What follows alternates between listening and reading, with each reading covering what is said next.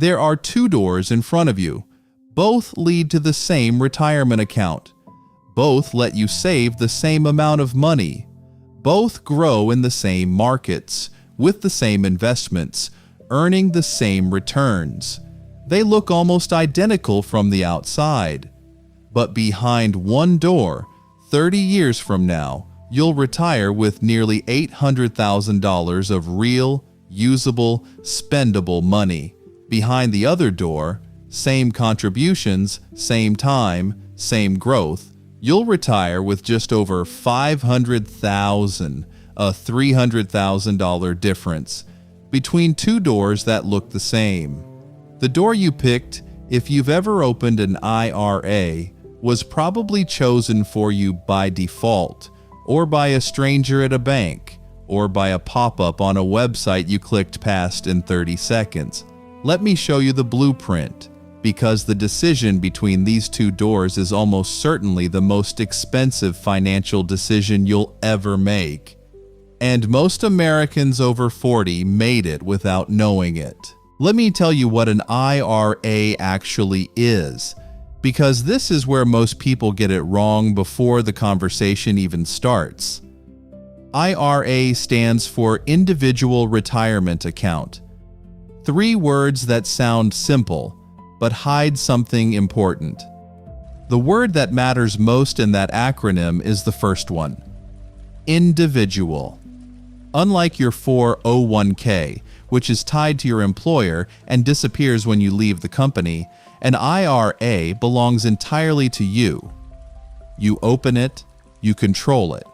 You choose where it lives, what it invests in, and what happens to it. Your boss has nothing to do with it. Your HR department has nothing to do with it. You and the IRS. That's it. And because you control it, you have something the average worker doesn't realize they have. Freedom. Real freedom. You can put your IRA at any brokerage in the country. You can invest it in almost anything. Index funds, individual stocks, bonds, real estate investment trusts, even certain kinds of alternative investments. You can change it, move it, restructure it, and no one can stop you. Now, here's where it gets interesting, and here's where most Americans get quietly lost.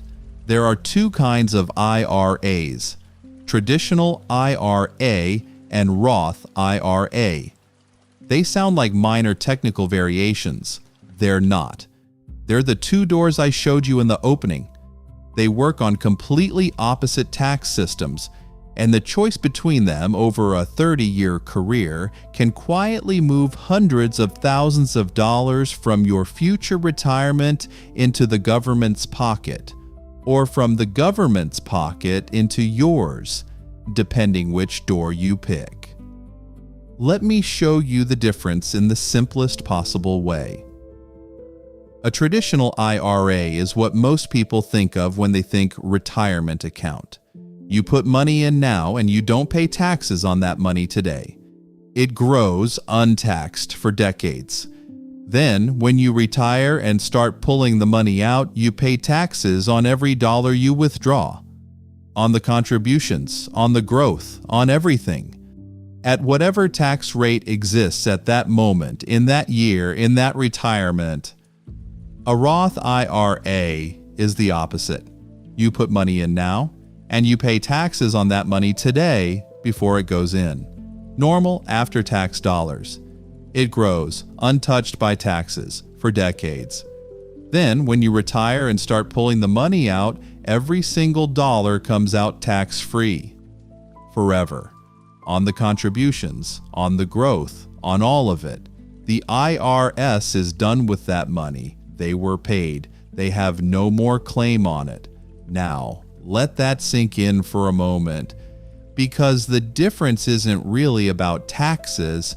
The difference is about when the government takes its cut, and that timing, that single question of when, is one of the most consequential questions in American retirement planning. Maybe the most consequential. With a traditional IRA, you are making a bet. The The bet is this: you are betting that your tax rate in the future during retirement will be lower than your tax rate today. Because if that's true, you win. You defer the tax to a cheaper moment, and you keep more of your money.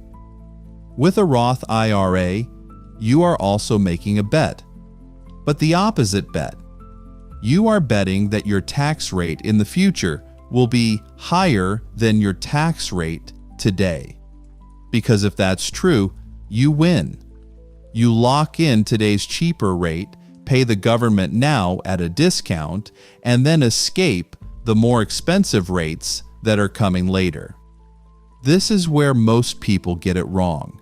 They don't realize they're making a bet at all.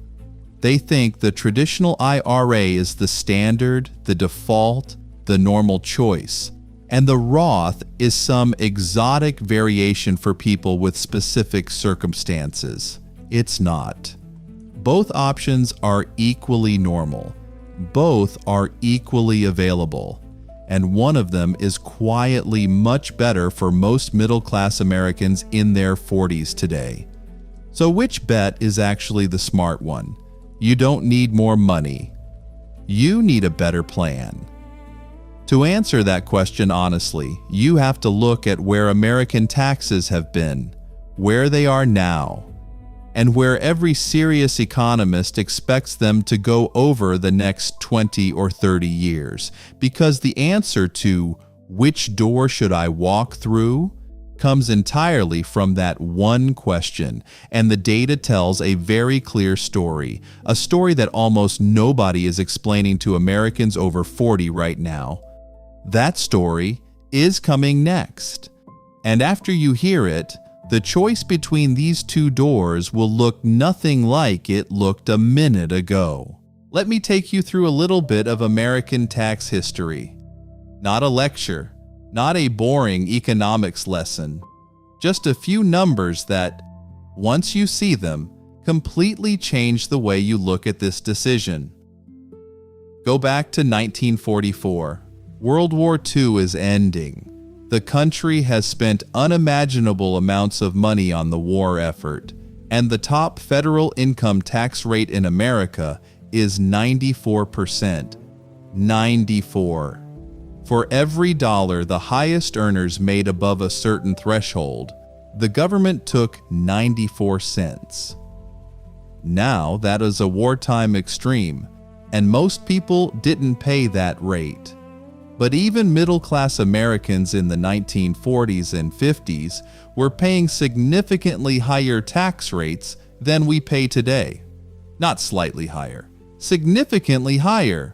Fast forward to the early 1980s, top tax rate is 70%, still high, still significantly above today. Then Reagan comes in, cuts taxes dramatically. The top rate drops. Over the next 40 years, American tax rates have been on a long, slow downward trend. Today, in 2026, we are at historically low income tax rates. Not average, not normal. Historically low. Now, I want you to ask yourself one question, just one.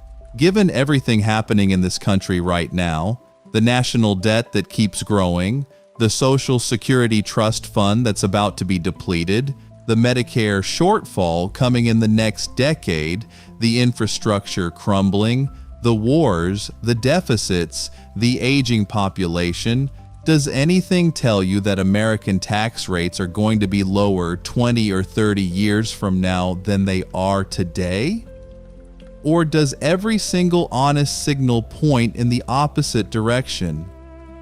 This is where most people get it wrong. They default to a traditional IRA because they assume they'll be earning less in retirement, so they assume they'll be in a lower tax bracket. And for some people, that's true. But here's what they don't factor in. The tax brackets themselves are going to change. The rates that define those brackets are going to change. You could be earning less in retirement, far less, and still end up in a higher tax bracket than you're in today, simply because the government had to raise rates across the board to pay for everything it promised. In plain language, the traditional IRA is a bet that the American tax code will be friendlier to retirees in 2045 than it is today. The Roth IRA is a bet that it won't. And if you look at the math honestly, at the trajectory of government spending, at the size of the obligations coming due in the next 20 years, the Roth is the far safer bet for most Americans in their 40s right now. Let me give you the math in real numbers, because math cuts through opinion.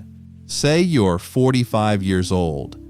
You contribute the maximum IRA allowance, which is about $7,000 per year in 2026, from now until you're 67.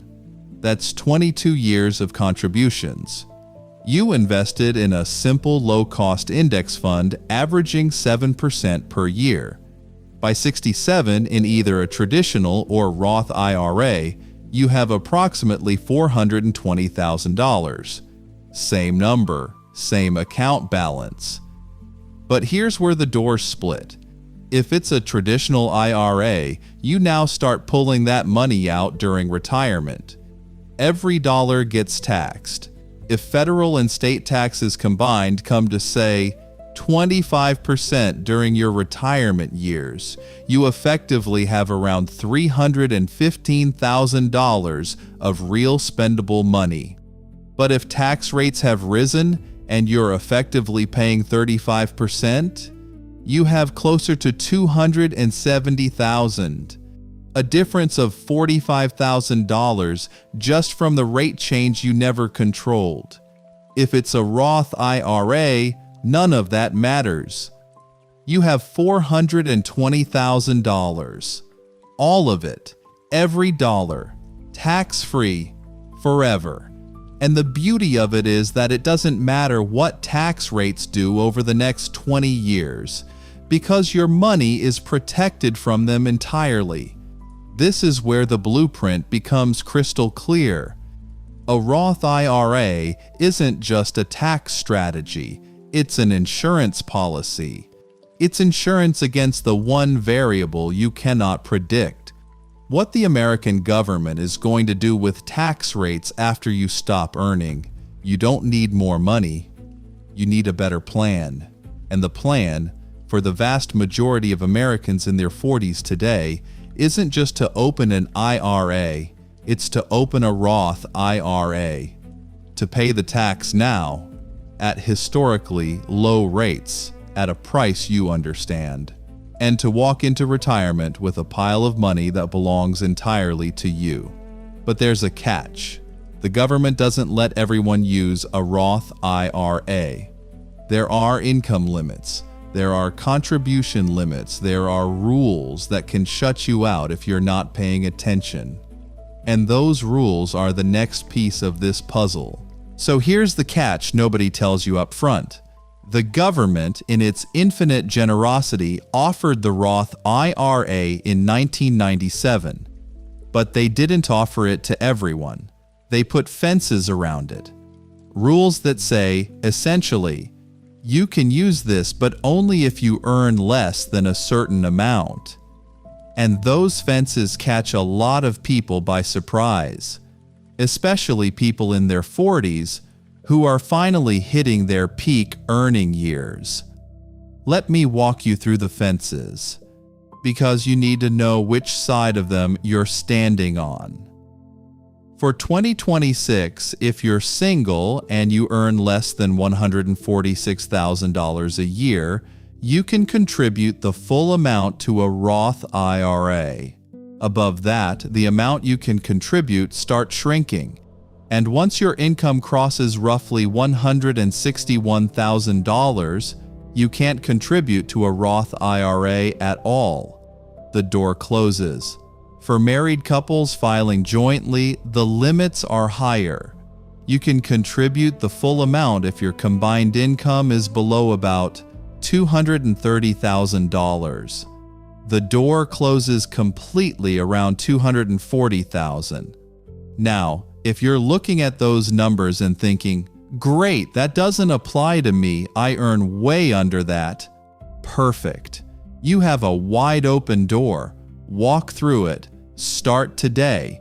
But if you're looking at those numbers and thinking, wait, I'm close to that limit, or I earn more than that, stay with me. Because there's a perfectly legal workaround that most financial advisors don't bother to explain to their middle-class clients. It's called a backdoor Roth IRA, and it's exactly what it sounds like. A way to walk in through the side door when the front door is closed to you. Here's how it works in plain language. You contribute to a traditional IRA, which has no income limits for contributions. Then, shortly after, you convert that traditional IRA into a Roth IRA. The IRS allows this, fully, legally, with no income cap on the conversion itself. You pay the tax on the conversion at today's rates, and then the money lives in a Roth from that moment forward. Growing tax-free. Withdrawable tax-free. This is where most people get it wrong. They assume that if their income is too high, they're simply locked out of Roth contributions, and that's the end of the story. They give up and put all their money in a traditional IRA, or worse, they don't contribute to an IRA at all because the rules confuse them, and they miss decades of tax-free growth that was available to them the entire time, through a mechanism that takes about 15 minutes to execute. Now, there's a second set of limits I want you to know about. Limits on how much you can contribute in the first place. For 2026, the maximum IRA contribution is $7,000 per year. But, and this is the part that matters for the over 40 crowd, once you turn 50, the IRS lets you contribute an additional $1,000 per year. It's called the catch-up contribution, just like in the 401k. Same idea, same reasoning. The government knows most Americans don't wake up to retirement until their 50s, so they open a slightly wider window in your late career to let you make up for lost time. $8,000 per year from age 50 onward may not sound dramatic, but compounded for 17 or 18 years at reasonable market returns, it turns into roughly $280,000 of additional retirement wealth. In a Roth IRA, that's $280,000 completely tax-free dollars. $280,000 that belong entirely to your future self. Now, let me say something important. You don't have to max out your IRA every year to benefit from it. I want to be honest with you.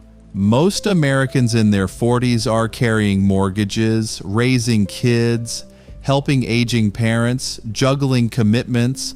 The goal isn't perfection. The goal is starting. The goal is picking a number, even if it's small, and being consistent about it. $300 a month into a Roth IRA for a 45-year-old turns into over $200,000 by 67. $500 a month turns into roughly $350,000. None of those numbers require you to max out anything. They require you to start and to not stop. If you fix this, everything changes. You don't need more money. You need a better plan. And there's one more crucial piece of the Roth IRA story that almost nobody explains. A feature the government built into it that makes it, in my honest opinion, the most flexible and powerful retirement account any American has access to. And it solves one of the biggest fears people have about locking money away for decades.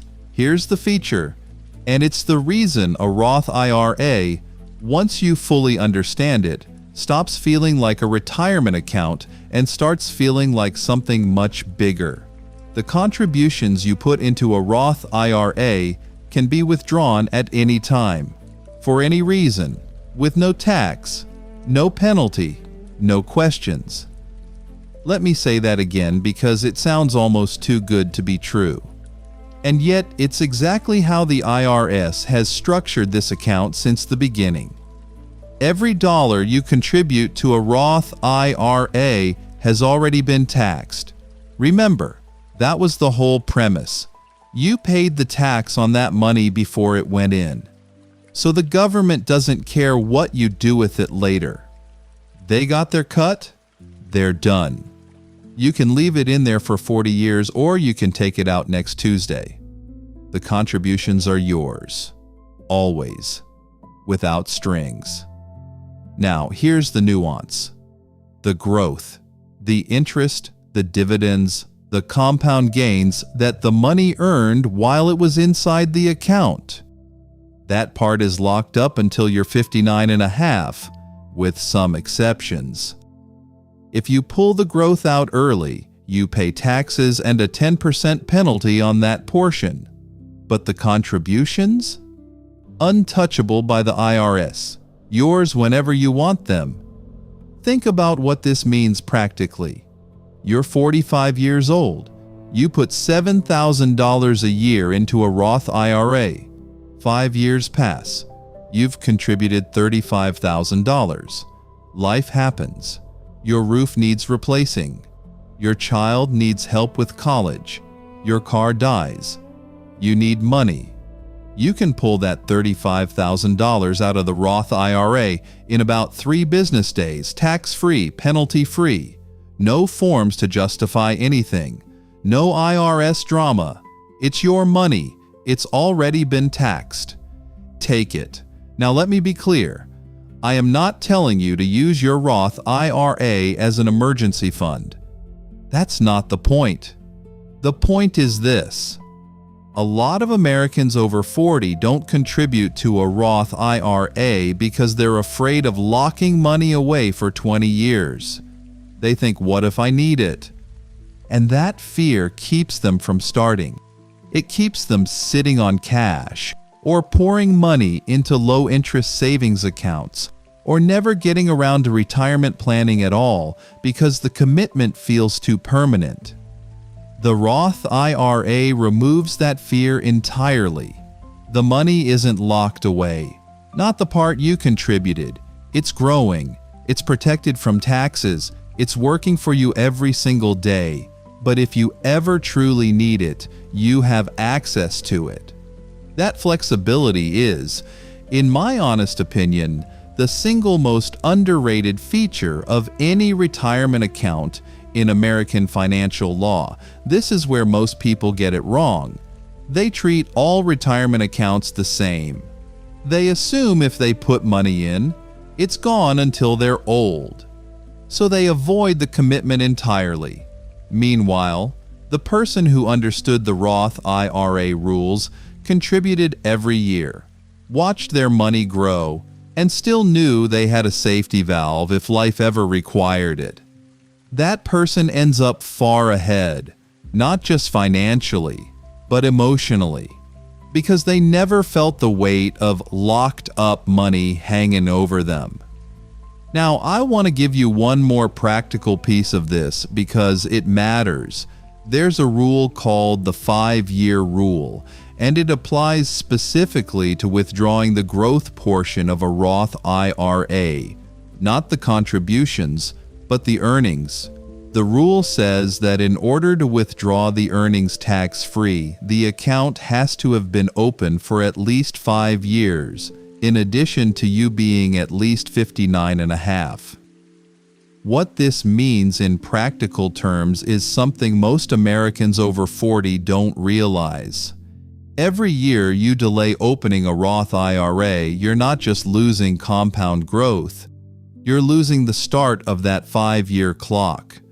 A 45-year-old who opens a Roth IRA today starts the clock now. By the time they're 50, the clock has already run.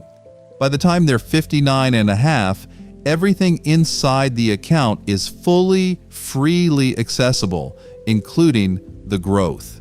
A 45-year-old who waits 3 years to open one? The clock starts 3 years later, which means they might not have full free access to the earnings until they're 62 or 63. Not a catastrophe, but real friction at a moment when you don't want friction. If you fix this, everything changes. You don't need more money, and you need a better plan. And the Roth IRA, properly understood, isn't just a retirement tool. It's a flexible, tax-free growth vehicle with an emergency valve built in. A 5-year head start that begins the day you open it, and a set of rules specifically designed to reward people who start early and stay consistent. Almost everything about it is designed for the exact person watching this video. The person in their 40s who has time, but not an unlimited amount of it, and who wants a structure that actually rewards their effort. But there's one more piece, one more aspect of the Roth IRA that makes it, for a certain type of family, far more than just a retirement tool. It's the legacy piece. And this is the part that almost nobody talks about, because it only matters if you're thinking one generation down the line. If you're thinking about what happens to your money after you're gone, which for most Americans in their 40s is something we actively avoid thinking about because it feels dark or premature or uncomfortable. But stay with me, because this is where the Roth IRA reveals something that no other retirement account in America offers. When you pass away, your Roth IRA becomes an inheritance. Like any other asset, it transfers to whoever you've named as beneficiary: a spouse, a child, a grandchild, a friend, whoever you've chosen. And here's the quiet magic buried inside the rules. The money that passes from your Roth IRA to your beneficiary is still tax-free for them, not just the original contributions, all of it. Every dollar you built up over decades of compounding growth, your heir receives it without paying federal income tax on any of it. Compare that to a traditional IRA. When a traditional IRA passes to a beneficiary, they inherit the full balance, but they also inherit the tax liability. Every dollar they pull out, they pay income tax on, at their tax rate, which in many cases is their working age tax rate, which is often higher than what yours would have been in retirement. So the same account, same balance, same contributions over the same decades hands a very different outcome to your children depending on which door you picked 40 years earlier. Let me make that concrete. Say you contribute consistently to a Roth IRA from 45 until 67. By the time you're 85 with ongoing market growth, that account could reasonably be sitting at somewhere between $700,000 and $1.1 million. You passed away. Your daughter, say, is in her early 50s. She's in her peak earning years. She's in a high tax bracket. If you'd used a traditional IRA, she'd inherit that million and have to pull it out over 10 years, paying taxes on every distribution at her peak rates. Federal plus state combined, she could easily lose 35 or 40% to taxes. That's $350,000 of your life's work, gone to the IRS, at a moment when you're not even around to do anything about it. If you'd used a Roth IRA, she inherits the full amount, tax-free. Every dollar you accumulated stays in the family. Zero goes to the government. That $350,000 becomes a college fund for your grandchildren, a down payment on a home, a family business, a quiet cushion that lets your daughter breathe differently for the rest of her working life. The same exact money, built the same exact way. Different tax treatment at the end. Different consequence for the people you love the most. This is where most people get it wrong. They think of their retirement account only in terms of themselves, their own retirement, their own spending, their own comfort. But the truth is, for most Americans, the retirement account outlives them. Not all of it, but some of it. And what's left becomes something else entirely. It becomes a legacy. And the Roth IRA is, in my honest opinion, the most efficient legacy-building tool that middle-class Americans have been given by the tax code in the last 50 years. Most people don't know it. Most financial advisors don't explain it clearly to their middle-class clients because the strategy favors patience over commissions. But the rules are on the books.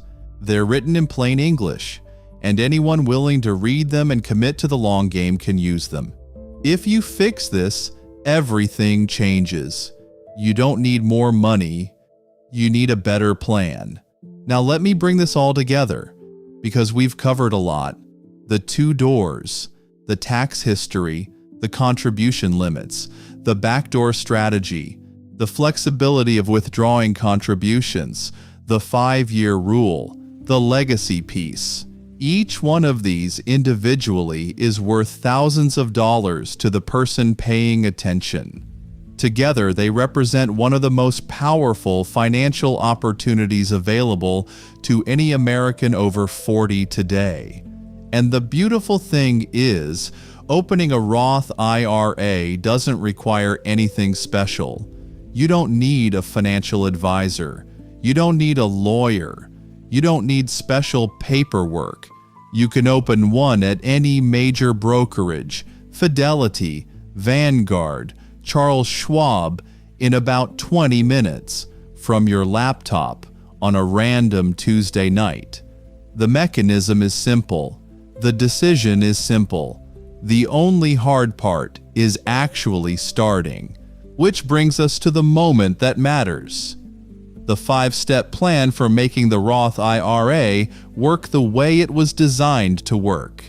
The plan that most Americans over 40 have never been given, even though everything in it is free, legal, and sitting there waiting for them. Before I give you the 5-step plan, I want to pause for a second. If you've made it this far into the video with me, if you've sat through tax history, contribution limits, and legacy rules without clicking away, if you're still here and still thinking clearly about how all of this applies to your actual life, I want to invite you to subscribe to this channel and walk with us every single day. This is the kind of conversation we have here. Not flashy, not sensational, just the honest mechanics of how money actually works in America. For people who are old enough to want the truth. And I'll tell you something, the Roth IRA is one of those topics where the gap between people who understand it and people who don't is absolutely enormous. It's not a small gap, it's a canyon. On one side, you have Americans who read the rules 20 years ago, opened the account, contributed quietly every year, and are now sitting on tax-free retirement wealth their friends don't even know is possible. On the other side, you have Americans who heard the phrase Roth IRA 100 times, never quite understood it, assumed it was too complicated or didn't apply to them, and never opened one. Both of those Americans earned similar incomes. Both worked similar careers. The difference is one of them spent 30 minutes once understanding the rules. That's it. That's the whole difference. You're 30 minutes of attention away from being on the right side of that canyon. Now let me give you the 5-step plan. This is the whole thing. Nothing complicated. Nothing exotic. Step 1. Pick a brokerage. Fidelity, Vanguard, or Charles Schwab are all excellent. They all offer Roth IRAs with no account minimums, no annual fees, and access to every low-cost index fund you'd ever need. You're not picking between good and bad here. You're picking between 3 good options. Any of them works. Just pick one tonight. Step 2. Open the account online. This part takes about 20 minutes. You'll need your social security number, your employer information, and a bank account to link. The brokerage will ask you a few simple questions about risk tolerance. Answer them honestly. Then you'll have a Roth IRA in your name, ready to receive contributions. Step 3. Set up automatic monthly contributions. Start with whatever amount you can commit to without feeling it. $300 a month. $500. Whatever doesn't cause you pain in your monthly budget. Automate it so the money moves from your checking account to your Roth IRA on the same day every month without you having to do anything. Automation is the single most powerful financial tool the average American has because it removes willpower from the equation. Step 4. Pick one low-cost index fund inside the account.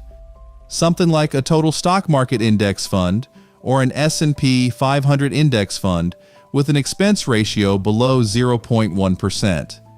Don't overthink it. Don't try to pick the winning fund. Just pick a simple, broad market, low-cost option and let it do what it's designed to do. Grow quietly with the American economy over decades. Step 5. Don't touch it. Not the growth. Not the contributions. Not unless you genuinely have no other option and your life depends on it. Every year when the tax year rolls over, increase your contribution slightly if you can.